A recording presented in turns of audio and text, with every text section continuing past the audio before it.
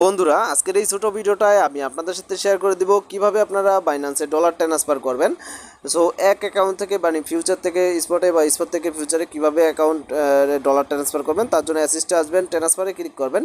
এরপর আপনি দেখতে পারবেন স্পট ওয়ালেট থেকে ফান্ডিং ওয়ালেটে যাবে এই ডলারটা। সেক্ষেত্রে আপনি এটা কোন ডলার সেটা আপনি এখান থেকে সিলেক্ট করতে পারবেন। আপনারা এখানে ব্যালেন্স দেখাবে। আমি জাস্ট ছোটো পরিমাণে একটু ডলার দেখি ট্রান্সফার করে দেখানো যায় কিনা। টিআরএক্সে যাই। টিআরএক্স থেকে আমরা ধরেন স্পটে আমাদের টিআরএক্স কিন্তু এখন আছে আপাতত। স্পট থেকে ফান্ডিংয়ে আনবো। কত টিআরএক্স আমি সাপোজ ধরি 0.1 টিআরএক্স আমি এখান থেকে ফান্ডিংয়ে আনতেছি।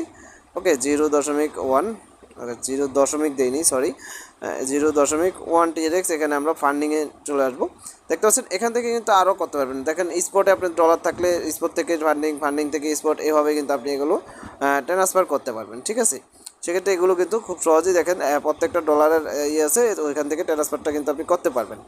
তো এরপর ফান্ডিংয়ে যদি আপনি দেখেন ফান্ডিংয়ে আপনি কী কী ডলার রয়েছে, কোন ডলার থেকে কোনটা নেবেন, এটা জাস্ট কোনটা থেকে কোনটা নেবেন, উপরেরটা হচ্ছে ওইটা থেকে নিচেরটাই হচ্ছে পাঠাবেন।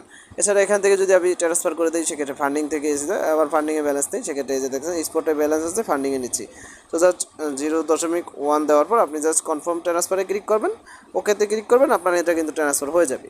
তো এইভাবে কিন্তু আপনি খুব সহজেই ডলার ট্রান্সফার করতে পারবেন ফান্ডিং থেকে ফান্ডিং থেকে স্পট থেকে আপনার ফান্ডিংয়ে, এভাবে। ওকে, এছাড়া অন্যান্য যেই মাধ্যম রয়েছে ট্রেডিং করার সময় আপনি এই যে ট্রেডিং করার সময় দেখেন ফান্ডিং থেকে আপনি স্পট থেকে সরাসরি অনেক সময় হতে পারে কি যে দেখেন ইউএসডি এম ফিউচার এখানে ট্রান্সফার করতে হতে পারে, মানে এটা হচ্ছে ট্রেডিং করার জন্য। ওকে, তো তখন আপনি এইভাবে কিন্তু ডলার ট্রান্সফার করে নেবেন। ধন্যবাদ সবাইকে সম্পূর্ণ ভিডিওটা দেখার জন্য।